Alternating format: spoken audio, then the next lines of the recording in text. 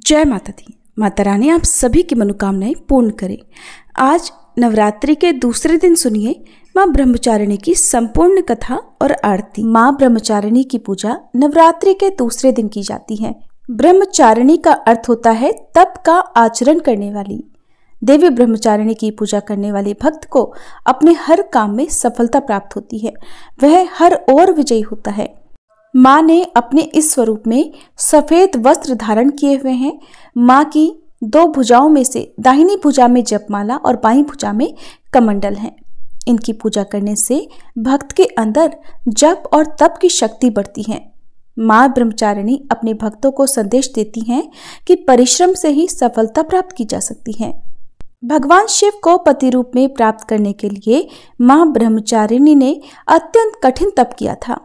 शिव पुराण में वर्णन मिलता है कि श्री ब्रह्मा जी के आदेशानुसार भगवान शंकर जी को पति रूप में प्राप्त करने के लिए देवी पार्वती ने कठिन तप किया था।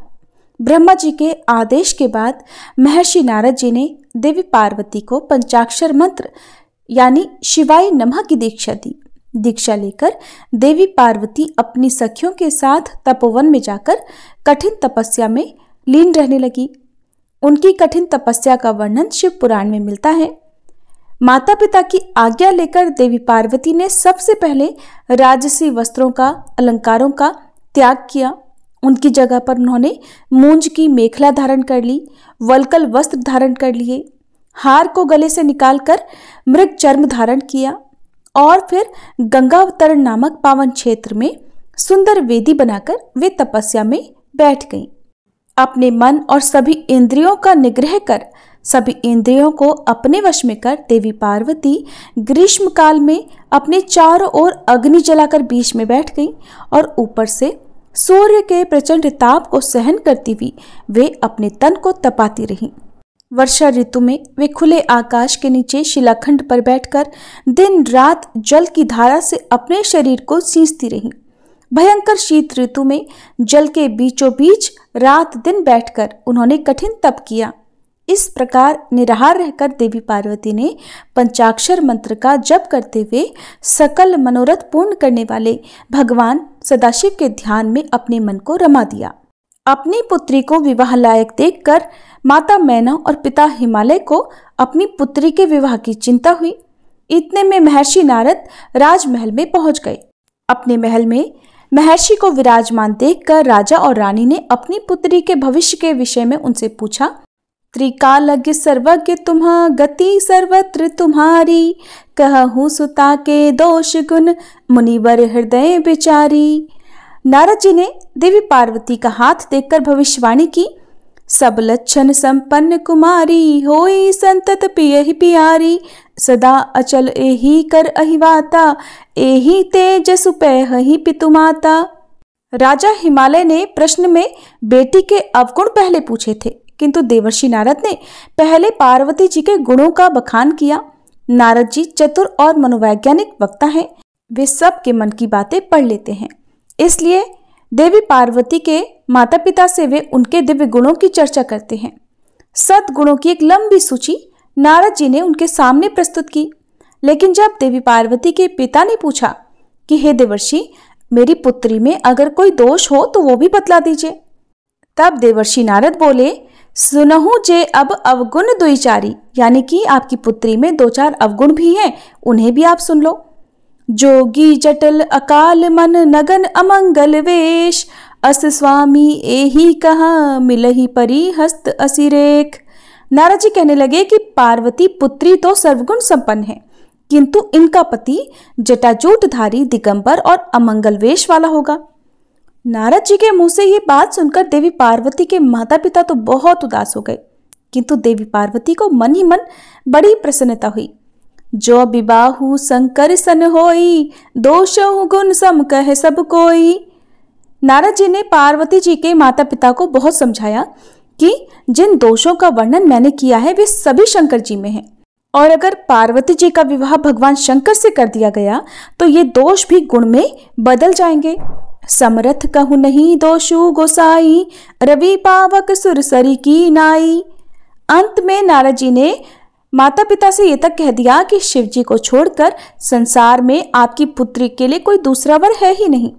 किंतु आशुतोष होने पर भी शंकर जी दुराराध्य हैं, यानी कि शिव जी कठोर उपासना से प्रसन्न होते हैं।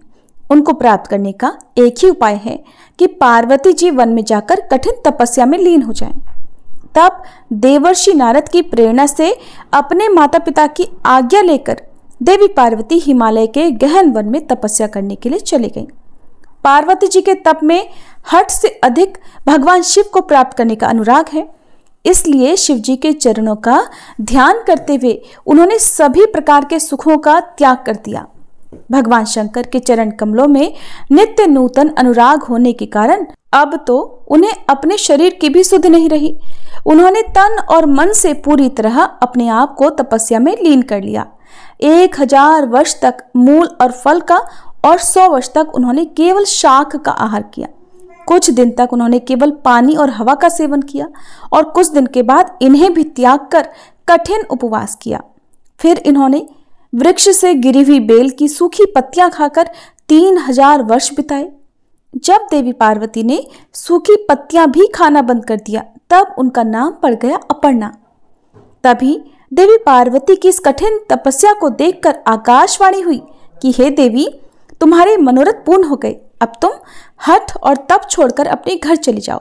भगवान शंकर तुमसे मिलने जल्दी आएंगे। इसके बाद एक दिन भगवान शिव ने देवी की तपस्या से प्रसन्न होकर उन्हें दर्शन दिए और उन्हें अपनी पत्नी के रूप में स्वीकार करने का वचन भी दिया। कठिन तपस्या में लीन होने के कारण और सभी प्रकार के सांसारिक सुखों का त्याग करने के कारण ही माँ के इस रूप की पूजा की जाती है। अब आपको सुनाते हैं माता वैष्णो देवी की कथा। वैष्णो देवी के मंदिर से जुड़ी वैसे तो बहुत सारी कथाएं हैं, जिनमें से एक कथा है भगवान राम का वनवास के दौरान माता वैष्णो देवी से मिलन। जब भगवान श्री राम ने देवी माता को त्रिकूट पर्वत स्थित पवित्र गुफा की ओर निर्देशित किया था। अन्य कथाएं भी हैं, जैसे पांडवों की कथा, जिनके बारे में कहा जाता है कि उन्होंने इसी पवित्र धाम का दौरा किया था। मान्यता है कि उन्होंने यहाँ पर एक मंदिर भी बनवाया था, और मान्यता ये भी है कि राजा हिरण्यकश्यप के पुत्र भक्त प्रहलाद ने भी इस पवित्र मंदिर की तीर्थ यात्रा की थी। हालांकि सबसे लोकप्रिय और प्रसिद्ध कथा माता वैष्णो देवी से जुड़ी हुई श्रीधर ब्राह्मण की है, जो कि वर्तमान में कटरा शहर से सटे त्रिकूट पर्वत की तलहटी में स्थित हंसाली गांव में रहते थे। श्रीधर शक्ति के कट्टर भक्त थे और अत्यंत गरीब होने के बावजूद एक दिन कन्या रूप में उनके स्वप्न में प्रकट हुई देवी वैष्णवी की प्रेरणा और आश्वासन से श्रीधर ने एक भव्य भंडारे का आयोजन किया। भंडारे के लिए एक शुभ तिथि चुनी गई और श्रीधर ने आसपास के गांवों में रहने वाले सभी लोगों को उस भंडारे में आमंत्रित किया। उसके बाद श्रीधर घर घर जाकर अपने पड़ोसियों और परिचितों से कच्चा खाना यानी कच्चा अनाज मांगने लगे, जिसे भंडारे के दिन पकाकर मेहमानों को परोसा जा सके। हालांकि कुछ लोगों ने तो उनकी बात मान ली और उनको कच्चा अन्न दे दिया, लेकिन कई अन्य लोगों ने उनकी यह मांग ठुकरा दी।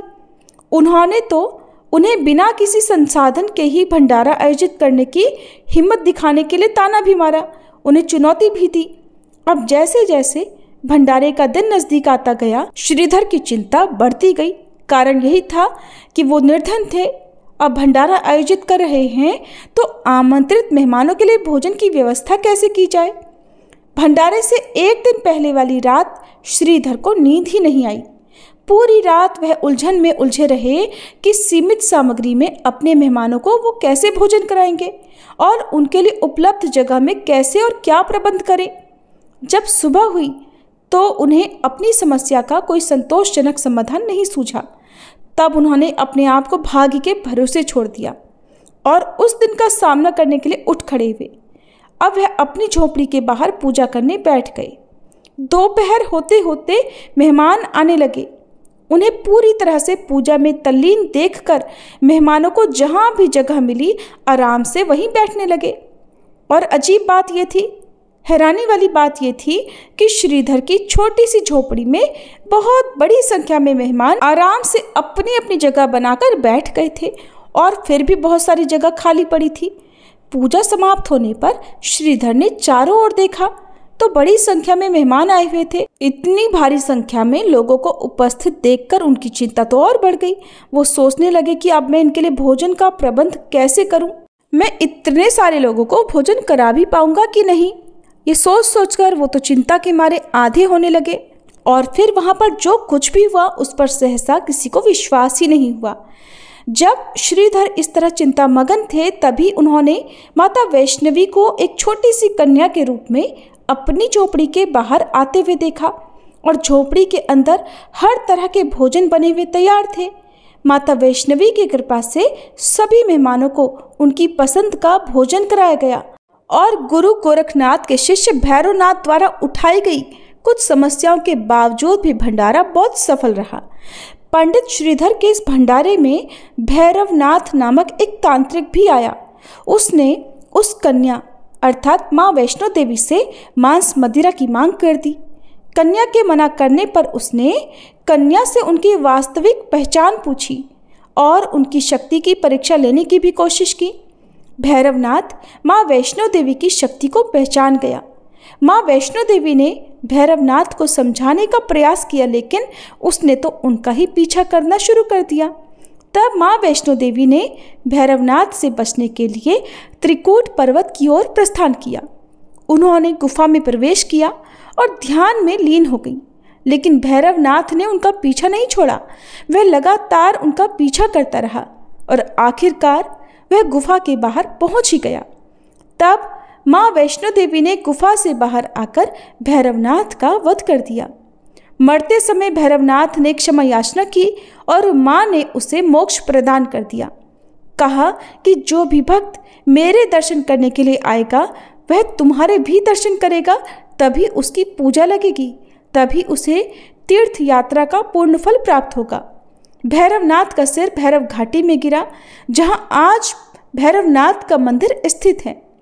फिर माँ वैष्णो देवी ने श्रीधर पंडित को भी दर्शन दिए और उन्हें आशीर्वाद दिया कि उनकी भक्ति और श्रद्धा की चर्चा युगों युगों तक होगी। माँ ने श्रीधर को संतान प्राप्ति का आशीर्वाद भी दिया और कहा कि तुम्हारे वंशज ही मेरी पूजा अर्चना करते रहेंगे। श्रीधर पंडित के घर में माँ की कृपा से सुख और समृद्धि का वास हो गया।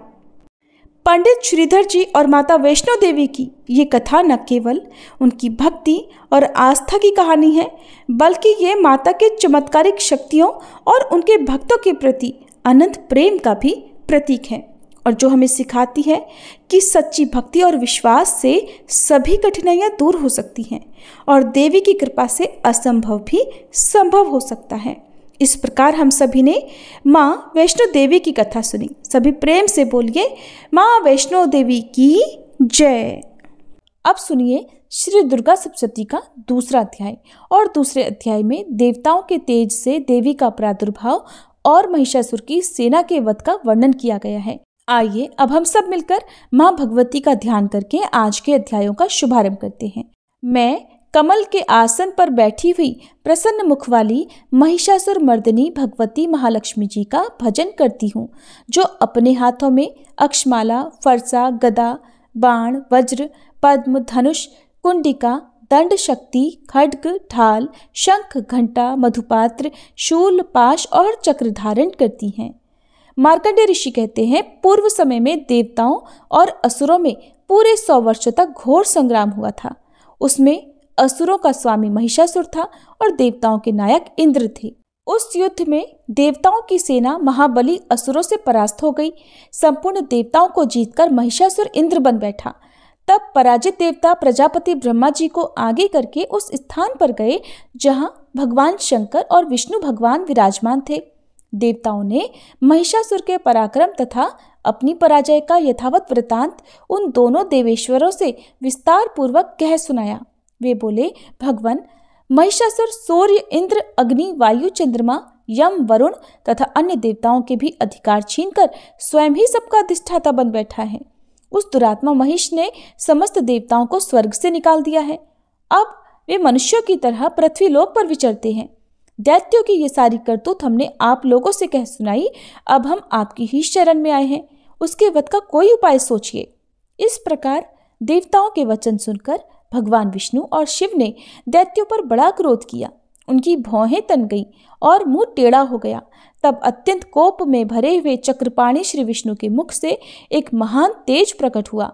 इसी प्रकार श्री ब्रह्मा, शंकर तथा इंद्र आदि अन्यान्य देवताओं के शरीर से भी बड़ा भारी तेज निकला। वह सब मिलकर एक हो गया। महान तेज का वह पुंज जाज्वल्यमान पर्वत सा जान पड़ा। देवताओं ने देखा, वहां उसकी ज्वालाएं संपूर्ण दिशाओं में व्याप्त हो रही थी। संपूर्ण देवताओं के शरीर से प्रकट हुए उस तेज की कहीं तुलना नहीं थी। एकत्रित होने पर वह एक नारी के रूप में परिणत हो गया और अपने प्रकाश से तीनों लोकों में व्याप्त जान पड़ा। भगवान शंकर का जो तेज था, उससे उस देवी का मुख प्रकट हुआ। यमराज जी के तेज से उसके सिर में बाल निकल आए। श्री विष्णु भगवान के तेज से उसकी भुजाएं उत्पन्न हुई। चंद्रमा के तेज से दोनों स्तनों का और इंद्र के तेज से मध्य भाग का प्रादुर्भाव हुआ। वरुण के तेज से जंघा और पिंडली तथा पृथ्वी के तेज से नितंब भाग प्रकट हुआ। ब्रह्मा जी के तेज से दोनों चरण और सूर्य के तेज से उनकी अंगुलियां हुई। वसुओं के तेज से हाथों की अंगुलियां और कुबेर के तेज से नासिका प्रकट हुई। उस देवी के दांत प्रजापति के तेज से और तीनों नेत्र अग्नि के तेज से प्रकट हुए थे। उसकी भौहें संध्या के और कान वायु के तेज से उत्पन्न हुए थे। इसी प्रकार अन्यान्य देवताओं के तेज से भी उस कल्याणमयी देवी का आविर्भाव हुआ। इसके बाद समस्त देवताओं के तेजपुंज से प्रकट हुई देवी को देखकर महिषासुर के सताए हुए देवता बड़े प्रसन्न हुए। पिनाकधारी भगवान शंकर ने अपने शूल से एक शूल निकालकर उन्हें दिया कि भगवान विष्णु ने भी अपने चक्र से चक्र उत्पन्न करके भगवती को अर्पण कर दिया। वरुण ने भी शंख भेंट किया। अग्नि ने उन्हें शक्ति दी और वायु ने धनुष तथा बाण से भरे हुए 2 तरकस प्रदान किए। सहस्त्र नेत्रों वाले देवराज इंद्र ने अपने वज्र से वज्र उत्पन्न करके दिया और ऐरावत हाथी से उतारकर 1 घंटा भी प्रदान किया। यमराज ने कालदंड से दंड, वरुण ने पाश, प्रजापति ने स्फटिकाक्ष की माला और ब्रह्मा जी ने कमंडल भेंट किया। सूर्य ने देवी के समस्त रोमकूपों में अपनी किरणों का तेज भर दिया। काल ने उन्हें चमकती हुई ढाल और तलवार दी। क्षीर सागर ने उज्जवल हार तथा कभी जीर्ण न होने वाले 2 दिव्य वस्त्र भेंट किए। साथ ही उन्होंने दिव्य चूड़ामणि, 2 कुंडल, कड़े, उज्जवल अर्धचंद्र, सब बाहुओं के लिए केयूर, दोनों चरणों के लिए निर्मल नुपुर, गले की सुंदर हंसली और सब अंगुलियों में पहनने के लिए रत्नों की बनी अंगूठियां भी दी। विश्वकर्मा ने उन्हें अत्यंत निर्मल फरसा भेंट किया। साथ ही अनेक प्रकार के अस्त्र और अभेद्य कवच दिए। इनके सिवा मस्तक और वक्ष स्थल पर धारण करने के लिए कभी न कुमलाने वाले कमलों की मालाएं दी। जलधि ने उन्हें सुंदर कमल का फूल भेंट किया। हिमालय ने सवारी के लिए सिंह तथा तरह तरह के रत्न समर्पित किए। धनाध्यक्ष कुबेर ने मधु से भरा पान पात्र और संपूर्ण नागों के राजा शेष ने, जो इस पृथ्वी को धारण करते हैं, उन्हें बहुमूल्य मणियों से विभूषित नागहार भेंट किया। इस प्रकार अन्य देवताओं ने भी आभूषण और शस्त्र अस्त्र देकर देवी का सम्मान किया। इसके बाद उन्होंने बारंबार अट्टहास पूर्वक उच्च स्वर से गर्जना की।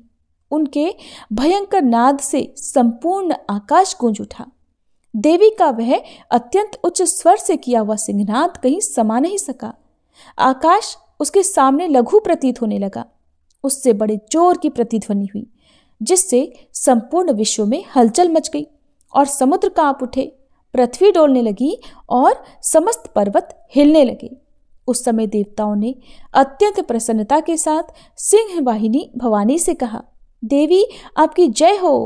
साथ ही महर्षियों ने भक्ति भाव से विनम्र होकर उनका स्तवन किया। संपूर्ण त्रिलोकी को शोभग्रस्त देखकर दैत्यगण अपनी समस्त सेना को कवच आदि से सुसज्जित कर हाथों में हथियार लेकर सहसा उठकर खड़े हो गए। उस समय महिषासुर ने बड़े क्रोध में आकर कहा, आह, ये क्या हो रहा है। फिर वह संपूर्ण असुरों से घिरकर उस सिंहनाद की ओर लक्ष्य करके दौड़ा और आगे पहुंचकर उसने देवी को देखा, जो अपनी प्रभा से तीनों लोकों को प्रकाशित कर रही थी। उनके चरणों के भार से पृथ्वी दबी जा रही थी। माथे के मुकुट से आकाश में रेखा सी खींच रही थी और वे अपने धनुष की टंकार से 7 पातालों को क्षुब्ध किए देती थी। देवी अपनी हजारों भुजाओं से संपूर्ण दिशाओं को आच्छादित करके खड़ी थी। इसके बाद उनके साथ दैत्यों का युद्ध छिड़ गया। नाना प्रकार के अस्त्र शस्त्रों के प्रहार से संपूर्ण दिशाएं उद्भासित होने लगी। चिक्षुर नामक महान असुर महिषासुर का सेनानायक था। वह देवी के साथ युद्ध करने लगा। अन्य दैत्यों की चतुरंगड़ी सेना साथ लेकर चामर भी लड़ने लगा। 60,000 रथियों के साथ आकर उदग्र नामक महादैत्य ने लोहा लिया। 1 करोड़ रथियों को साथ लेकर महाहनु नामक दैत्य युद्ध करने लगा।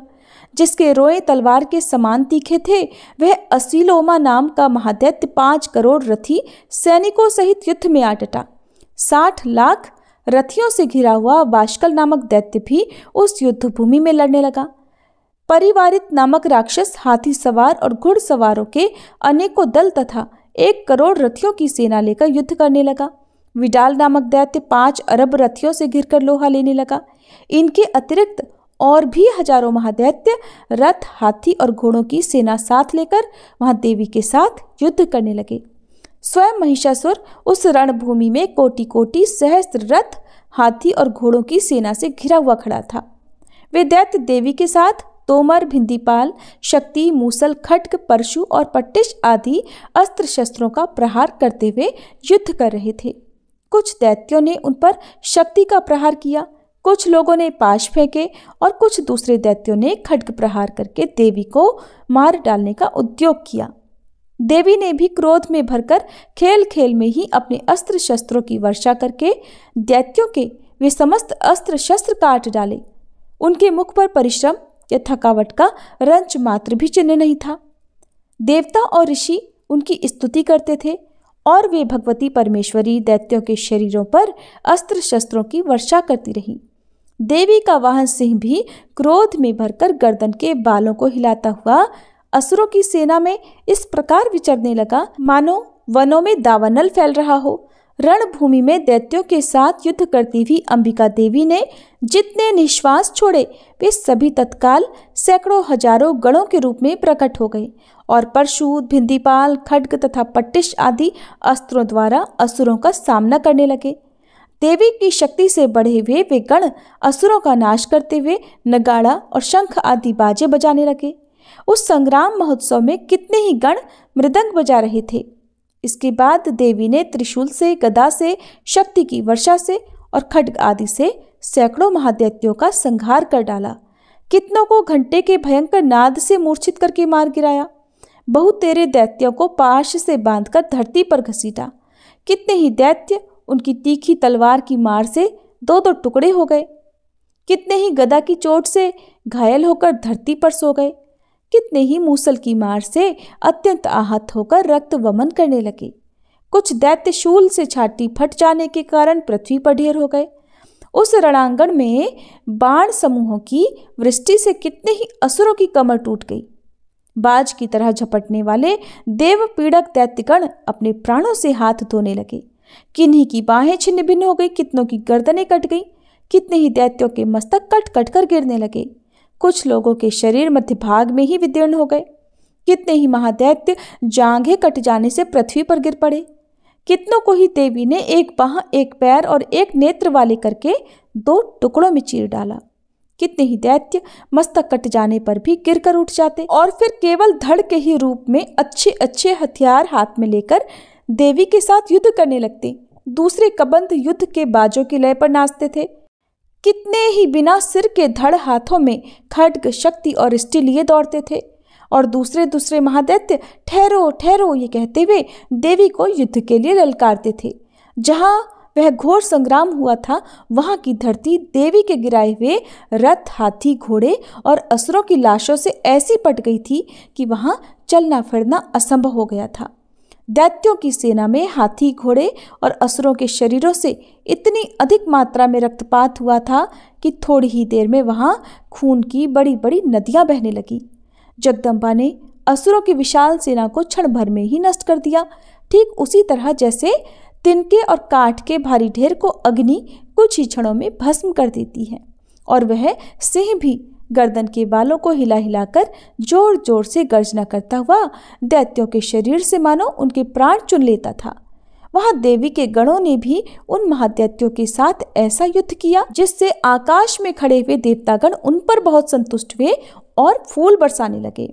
इस प्रकार श्री मार्कंडेय पुराण में सावर्णिक मनवंतर की कथा के अंतर्गत देवी महात्म्य में महिषासुर की सेना का वध नामक दूसरा अध्याय पूर्ण हुआ। अब सुनिए तीसरा अध्याय, जिसमें सेनापतियों सहित महिषासुर के वध का वर्णन किया गया है। सबसे पहले हम सभी मिलकर माँ जगदम्बा का ध्यान करते हैं। जगदम्बा के श्री अंगों की कांति उदय काल के सहस्त्रों सूर्यों के समान है। वे लाल रंग की रेशमी साड़ी पहने हुए हैं। उनके गले में मुंडमाला शोभा पा रही है। दोनों स्तनों पर रक्त चंदन का लेप लगा है। वे अपने कर कमलों में जप मालिका, विद्या और अभय तथा वर नामक मुद्राएं धारण किए हुए हैं। तीनों नेत्रों से सुशोभित मुखारविंद की बड़ी शोभा हो रही है। उनके मस्तक पर चंद्रमा के साथ ही रत्नमय मुकुट बंधा है और वे कमल के आसन पर विराजमान है।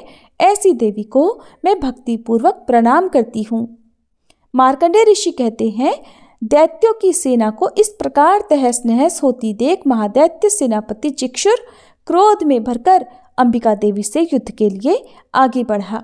वह असुर रणभूमि में देवी के ऊपर इस प्रकार बाणों की वर्षा करने लगा जैसे बादल मेरुगिरी के शिखर पर पानी की धार बरसा रहा हो। तब देवी ने अपने बाणों से उसके बाण समूह को अनायास ही काटकर उसके घोड़ों और सारथी को भी मार डाला। साथ ही उसके धनुष तथा अत्यंत ऊंची ध्वजा को भी तत्काल काट गिराया। धनुष कट जाने पर उसके अंगों को अपने बाणों से बींध डाला। धनुष, रथ, घोड़े और सारथी के नष्ट हो जाने पर वह असुर ढाल और तलवार लेकर देवी की ओर दौड़ा। उसने तीखी धार वाली तलवार से सिंह के मस्तक पर चोट करके देवी की भी बाईं भुजा में बड़े वेग से प्रहार किया। राजन, देवी की बाह पर पहुंचते ही वह तलवार टूट गई। फिर तो क्रोध से लाल आंखें करके उस राक्षस ने शूल हाथ में लिया और उसे उस महादैत्य ने भगवती भद्रकाली के ऊपर चलाया। वह शूल आकाश से गिरते हुए सूर्य मंडल की भांति अपने तेज से प्रज्वलित हो उठा। उस शूल को अपनी ओर आते देख देवी ने भी शूल का प्रहार किया। उससे राक्षस के शूल के सैकड़ों टुकड़े हो गए। साथ ही महादैत्य चिक्षुर की भी धज्जियां उड़ गईं और वह प्राणों से हाथ धो बैठा। महिषासुर के सेनापति उस महापराक्रमी चिक्षुर के मारे जाने पर देवताओं को पीड़ा देने वाला चामर हाथी पर चढ़कर आया। उसने देवी के ऊपर शक्ति का प्रहार किया, किंतु जगदम्बा ने उसे अपने हुंकार से ही आहत और निष्प्रभ करके तत्काल पृथ्वी पर गिरा दिया। शक्ति टूटकर गिरी हुई देख चामर को बड़ा क्रोध हुआ। अब उसने शूल चलाया, किंतु देवी ने उसे भी अपने बाणों द्वारा काट डाला। इतने में ही देवी का सिंह उछलकर हाथी के मस्तक पर चढ़ बैठा और उस दैत्य के साथ खूब जोर लगाकर बहुयुद्ध करने लगा। वे दोनों लड़ते लड़ते हाथी से पृथ्वी पर आ गए और अत्यंत क्रोध में भरकर एक दूसरे पर बड़े भयंकर प्रहार करते हुए लड़ने लगे। इसके बाद सिंह बड़े वेग से आकाश की ओर उछला और उधर से गिरते समय उसने पंजों की मार से चामर का सिर धड़ से अलग कर दिया। इसी प्रकार उदग्र भी शिला और वृक्ष आदि की मार खाकर रणभूमि में देवी के हाथों मारा गया तथा कराल भी दांतों, मुक्कों और थप्पड़ों की चोट से धराशायी हो गया। क्रोध में भरी हुई देवी ने गदा की चोट से उद्धत का कचूमर निकाल दिया। भिंदीपाल से वाशकल को और बाणों से ताम्र और अंधक को मौत के घाट उतार दिया। 3 नेत्रों वाली परमेश्वरी ने त्रिशूल से उग्रास्य, उग्रवीर्य तथा महाहनु नामक दैत्य को मार डाला। तलवार की चोट से विडाल के मस्तक को धड़ से काट गिराया। दुर्धर और दुर्मुख इन दोनों को भी अपने बाणों से यमलोक भेज दिया।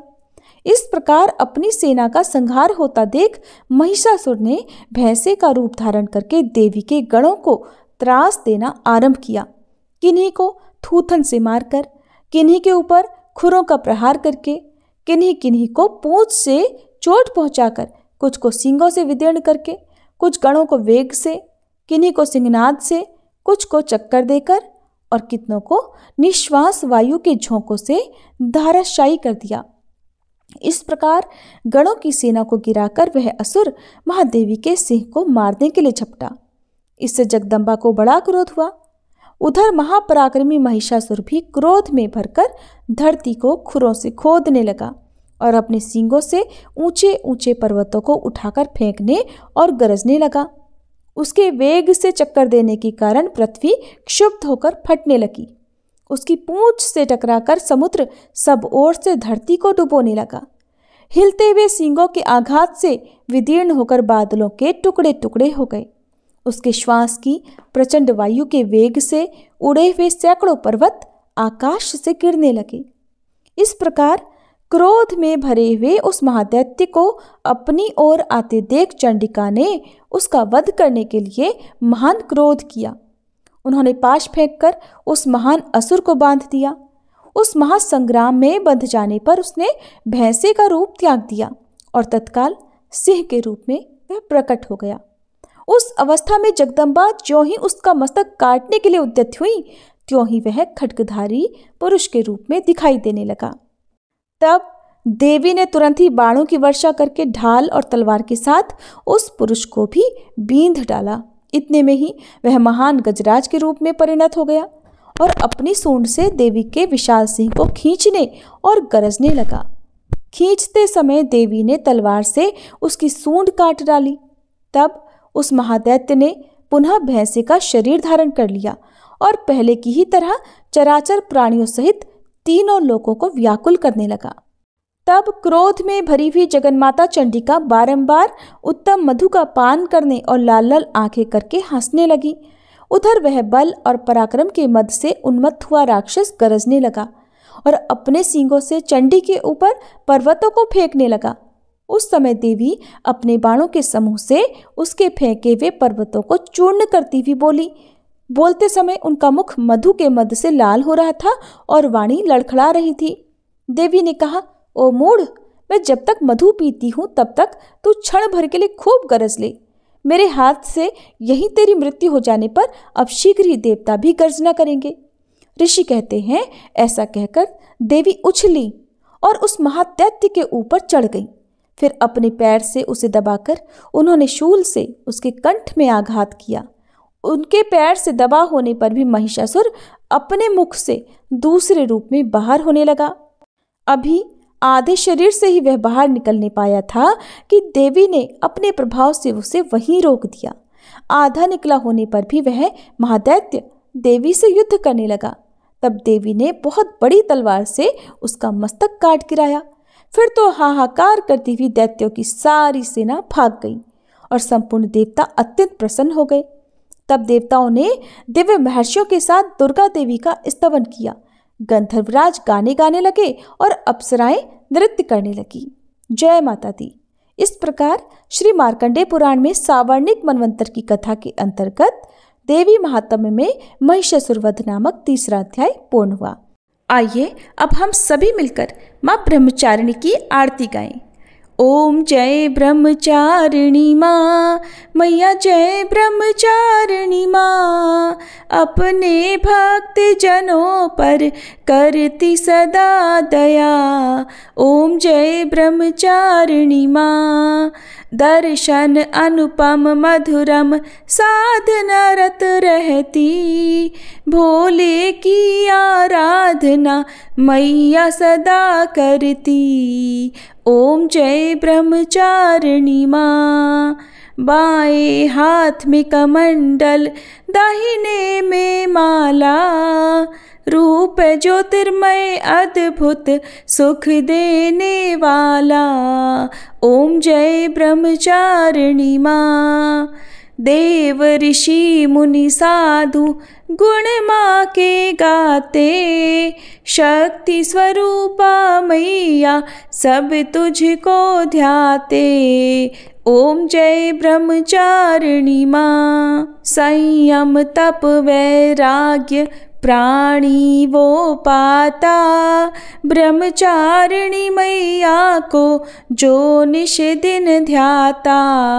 ओम जय ब्रह्मचारिणी माँ, नव दुर्गा में मैया दूजा तुम्हारा रूप, श्वेत वस्त्र धारिणी मैया ज्योतिर्मय तेरा रूप। ओम जय ब्रह्मचारिणी माँ, दूजे नवराते मैया जो तेरा व्रत धारे, करके दया जग जननी तू उसको तारे। ओम जय ब्रह्मचारिणी माँ, शिव प्रिया शिवा ब्रह्माणी मैया दया की जय। बालक है हम तेरे चरण शरण लीजय। ओम जय ब्रह्मचारिणी माँ, शरण तिहारी आई ब्रह्माणी माता, करुणा हम पर दिखाओ शुभ फलों की दाता। ओम जय ब्रह्मचारिणी माँ, ओम जय ब्रह्मचारिणी माँ, मैया जय ब्रह्मचारिणी माँ। अपने भक्त जनों पर करती सदा दया। ओम जय ब्रह्मचारिणी माँ। प्रेम से बोलिए शेरों वाली मैया की जय, ब्रह्मचारिणी मैया की जय। प्रिय भक्तजनों, अब हम सभी मिलकर माता रानी से क्षमा याचना करते हैं ताकि हमारे द्वारा हुई किसी भी गलती के लिए माता रानी हमें क्षमा कर सके। हे परमेश्वरी, मेरे द्वारा रात दिन सहस्त्रों अपराध होते रहे हैं, अतः आप मुझे अपनी सेवक समझकर कृपा पूर्वक मेरे उन अपराधों को क्षमा करो। न तो मैं आह्वान करना ही जानती हूँ, न विसर्जन करना ही जानती हूँ, और न पूजा ही करना जानती हूँ। हे परमेश्वरी, मुझे क्षमा करो। हे सुरेश्वरी, मैंने जो मंत्रहीन, क्रियाहीन और भक्तिहीन पूजन किया है वह सब आपकी दया से पूर्ण हो। सैकड़ों अपराध करके भी भक्त आपकी शरण में आकर केवल जगदम्ब कहकर ही मोक्ष को प्राप्त करते हैं, जिसे ब्रह्मादि देवगण भी पाने में असमर्थ होते हैं। हे जगदम्बिके, मैं अपराधी हूँ, किंतु आपकी शरण में आई हूँ, अतः इस समय मैं दया की पात्र हूँ। आप जैसा चाहो वैसा करो। अज्ञानवश या बुद्धि भ्रम होने के कारण भूल से मैंने जो कुछ भी कम या अधिक कर दिया हो, हे देवी, हे परमेश्वरी, सब अपराध क्षमा करो और प्रसन्न हो। हे जगन्माता, हे कामेश्वरी, सच्चिदानंद स्वरूपिणी परमेश्वरी, आप प्रेम पूर्वक मेरी यह पूजा स्वीकार करो और मुझ पर प्रसन्न हो। आप गुप्त से भी गुप्त वस्तु की रक्षा करने वाली हो। आप मेरे किए हुए इस जप को ग्रहण करके मेरे सभी अपराधों को क्षमा करो। हे देवी, हे महेश्वरी, आपकी कृपा से मुझे सिद्धि की प्राप्ति हो।